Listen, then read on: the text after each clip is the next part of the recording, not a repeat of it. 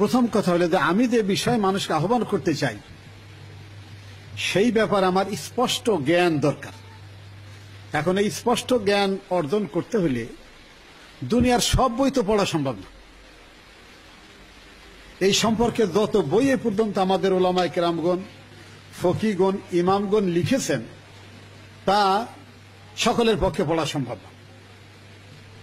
JS ব্রুনারের একটা বই আছে, বইটার নাম হলো প্রসেস অফ এডুকেশন।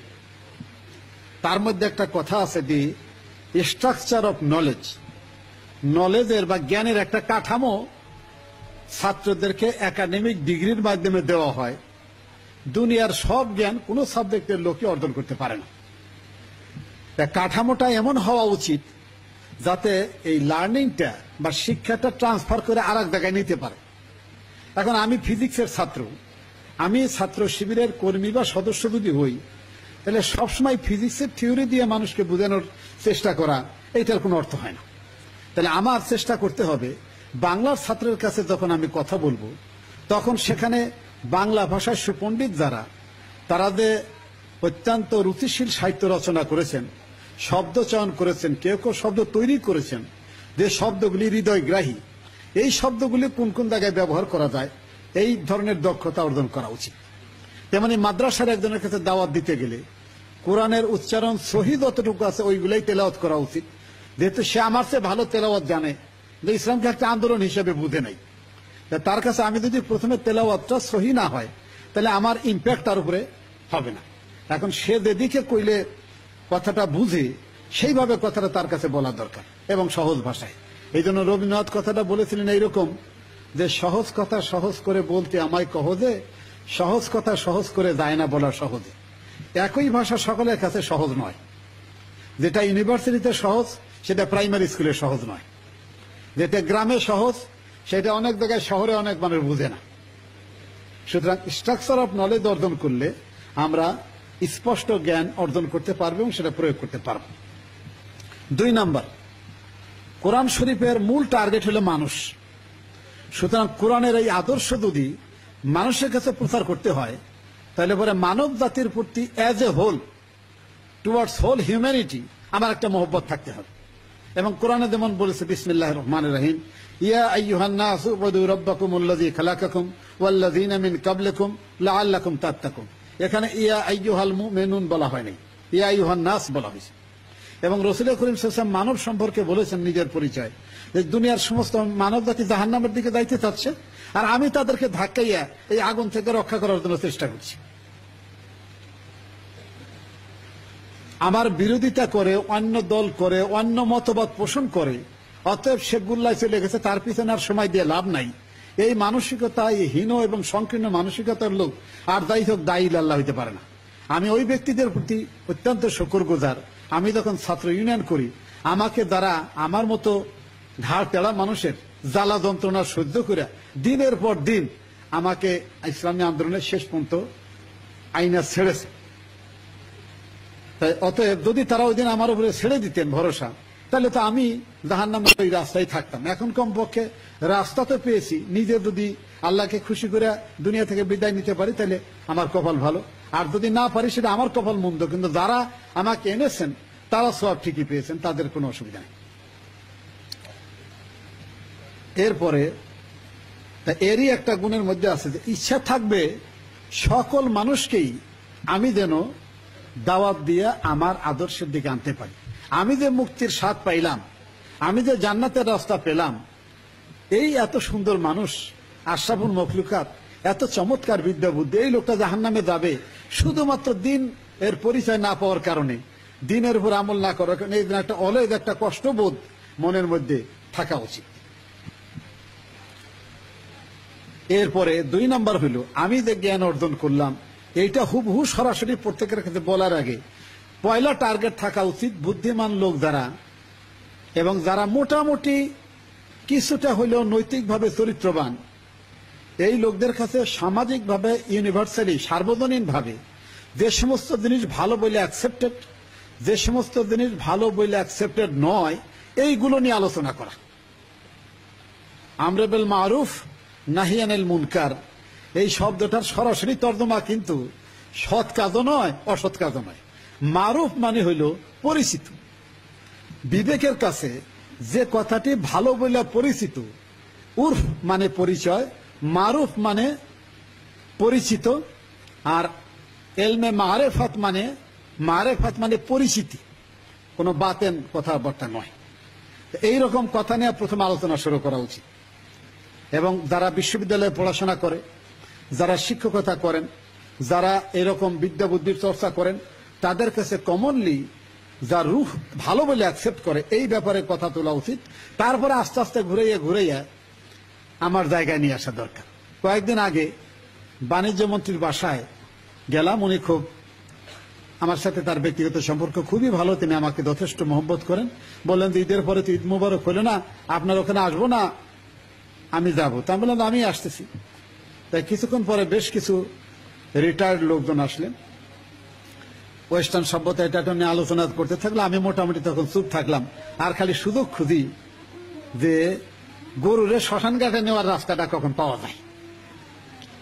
এক পর্যায়ে যখন তাদের বিবেকের মধ্যে যেগুলি সবচেয়ে খারাপ নিন্দনীয় কাজ বলে মনে হইল, একজন লাভ দিয়ে উঠে বললেন যে, এক ব্যক্তি বলতেছিলেন যে আমি আপনাদের একজন বড় মুরব্বীর কথা বলবো, যিনি কাফেরদেরকে অভিসম্পাদ দিলেন। আমার কাছে এটা পছন্দ হয় নাই, বরং এইভাবে যদি দোয়া করতেন যে সব মানুষ যদি আল্লাহ তুমি তাদেরকে হেদায়েত দাও, তাহলে আমাদের দল ভারী হয়। একজন রিটায়ার্ড এয়ারফোর্সের অফিসার, এয়ার কমোডর, তিনি লাভ দিয়ে বললেন যে আপনার এই কথা ঠিক না। আল্লাহ নবী নিজে অভিশাপ দিচ্ছেন, কোরআনে আল্লাহ অভিশাপ দিচ্ছেন, অতএব কোন কোন জায়গায় অভিশাপও প্রযোজ্য।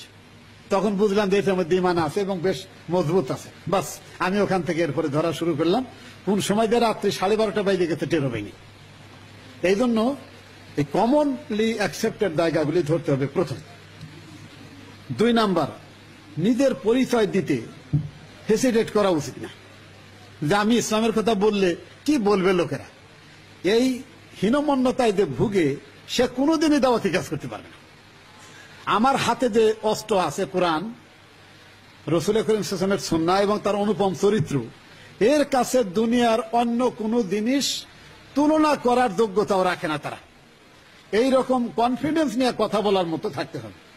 সেটা আমিরে জামাত তার উদ্বোধনী করার সময় বলছিলেন, ওমান আহসানু কাওলাম মিম্মান দাআ ইলাল্লাহ ওয়া আমিলা সালিহা ওয়া ক্বালা ইন্নানী মিনাল মুসলিমিন। এই যে মুসলমান বলে ঘোষণা দিতে যদি নিজের এই কথাটা কইতেই এমন কইতে হয় যে সে মুসলমান নিজেকে প্রকাশ করলো নাকি বোঝা যায় না, এতটা ইনফিরিয়রিটি কমপ্লেক্স থাকা উচিত নয় একদম। 3 নম্বর, আমার উপর যে গুরু দায়িত্ব আছে এইটা অনুভব করা, মর্যাদা অনুভব করা। সম্ভবত সূরা আল হাক্কাতে আছে যে তোমার কাছে যে সত্য আমি দিলাম ওহির মাধ্যমে, এইটা যদি তুমি প্রকাশ না করতে তাহলে আমি তোমার কণ্ঠনালী ছিঁড়ে দিতাম, আল্লাহ বলছেন। সুতরাং রাসূল করিম সাল্লাল্লাহু আলাইহি ওয়াসাল্লামের উপরে দায়িত্ব ছিল তা আল্লাহর পক্ষ থেকে যে আহ্বান, এটা মানুষের কাছে পৌঁছায় দেওয়া। এরপরে হলো সমাজ ও সমকালীন অবস্থা সম্পর্কে ভালো মতো জানা এবং সংশোধনের দায়িত্ব পালন করার জন্য কাজ করা। এই কাজ তো নবুয়ত পাওয়ার পরে নবী করছেনই, এমনকি নবুয়ত পাওয়ার আগেও হিলফুল ফুজুল গঠনের মাধ্যমে তিনি এই কাজ করেছেন। এরপরে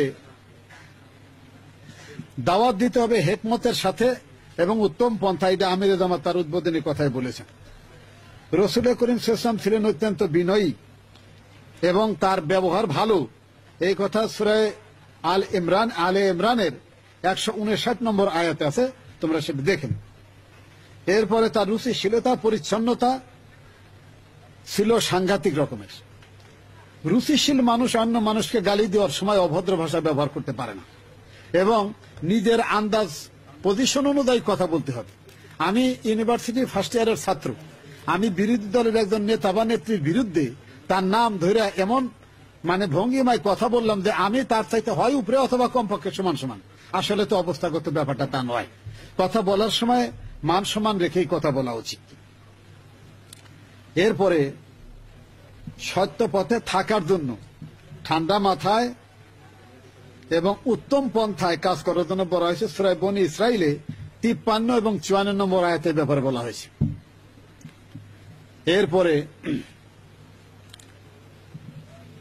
নিজে কি অনুসরণ করবার কি বলবো এই ব্যাপারে সূরা আল আনামে 104 নম্বর আয়াতে দায়ের ব্যাপারে বলা হয়েছে। সহজ পন্থায় কথা বলার ব্যাপারে ডাইরেক্টলি সূরাতুল আলা অনুইয়ুসসিরুকা লিল ইউসরা, এরপরে যারা কথা শুনতে চায় না তাদের পিছনে সময় নষ্ট করা, বিতর্ক করা, কইরা সময় নষ্ট করা মোটেই ঠিক নয়। এই ব্যাপারে এই সূরায়ে হামিমা সাজদায় ওই যে যখন শয়তানের প্ররোচনা অনুভব করো, ওয়াইম্মায়ান জাগান্নাকা মিনাশ শাইতানি নাসগুন ফাস্তাইজ বিল্লাহ ইন্নাহু সামিউল আলিম, ইন্নাহু হুয়াস সামিউল আলিম। এই ব্যাপারে মাওলানা মওদুদী বলেছেন যে এমন কোন সময় প্রতিশোধ আদলের দৃষ্টিতে নেওয়া যায় তখনও নেওয়া উচিত হবে না যখন মানুষ মনে করে এরাও মারে ওরাও মারে, পার্থক্য এই যে ওরা নামাজি আর এরা বেনামাজি, কিন্তু মারামারির ব্যাপার তো দুই গ্রুপ একরকমই। এইরকম সময় কোনো প্রতিশোধ নেওয়ার চিন্তা করা উচিত না।